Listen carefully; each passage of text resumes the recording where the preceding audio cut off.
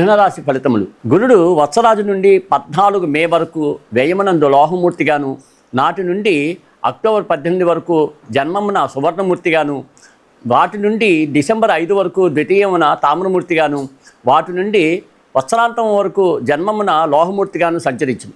శని వత్సరమంతా లోహమూర్తిగాను, రాహుకేతువులు వత్సరమంతా కూడా లోహమూర్తులుగా 18 మే వరకు, అలాగే 14 రాసుల యందు వాటి నుండి 9 రాసుల యందు సంచరించింది. ఈ విధంగా సంచరించడం వల్ల వేదగోచారించే వత్సరమంతా గురుశనుడు పాపులుగా, మే 18 నుండి నవంబర్ 23 వరకు రాహువు శుభుడు, 18 మే నుండి కేతువు శుభుడు. సాముదాయికంగా వీరికి ఈ సంవత్సరంలో గురుబలము అంతంత మాత్రంగా ఉన్నది. ప్రతి ప్రయత్నమునకు పట్టుదలలు జోడించుకోవాలి. ఆరోగ్య పరిరక్షణ చర్యలు తప్పనిసరి చేసుకోవాలి. అన్నింటా బ్యాలెన్స్డ్గా వ్యవహరించుకుంటూ వాయిదా విధానములకు దూరముగా ఉంటూ కర్తవ్యములను అంకితం అవ్వాలి. బంధుమిత్రులతో విరోధములు పెరిగి మనోధైర్యములకు దూరమగు సూచనలు కలవు. స్వయంకృతాపరాధములు ఏర్పరచుకోకుండా జాగ్రత్తలు తీసుకోవాలి. ఆ రకంగా జాగ్రత్తలు తీసుకుంటే ఇటువంటి ఇబ్బందులన్నీ కూడా ఎవరికి లేకుండా ఉంటాయి. అదేవిధంగా విద్యార్థులు, ప్రత్యేకంగా విద్యార్థులు సామాన్య ఫలితాలు ఉంటాయి. వాళ్ళు ఎక్కువ కృషి చేస్తే కానీ ఎక్కువ ఫలితాలు రావు. కాబట్టి కృషి పట్టుదల కావాలి విద్యార్థులకి. అలాగే ఉన్నత ఫలితాలు, ప్రత్యేక జాగ్రత్తలు అవసరం వీళ్ళందరికీ కూడా, ఈ అన్ని రకాల వర్గాల వారికి కూడా. అదేవిధంగా వృత్తి వ్యాపారాదులు యందు నూతనమైనటువంటి చేపట్టవలసినటువంటి వచ్చినప్పుడు భాగస్వామ్యయుతము సాగుట మంచిది. అంటే పార్ట్నర్షిప్ అనేటటువంటిది చాలా ఇంపార్టెంట్ వ్యాపారంలో.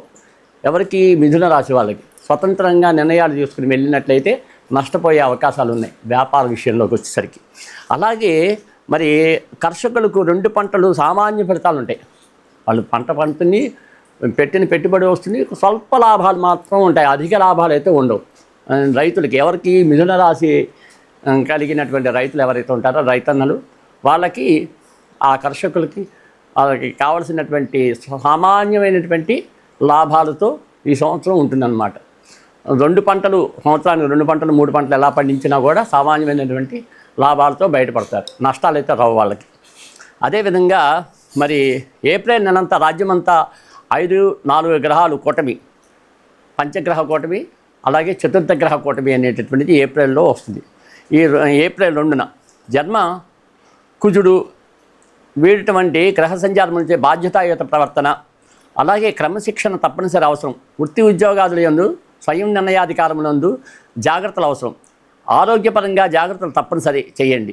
చాలా అజాగ్రత్తగా ఉంటే ఆరోగ్యం పాడయ్యేటటువంటి అవకాశాలు ఉన్నాయి. కాబట్టి చాలా జాగ్రత్తగా మసులుకోవాలి. ఎప్పుడు? ఏప్రిల్ 2 నుంచి.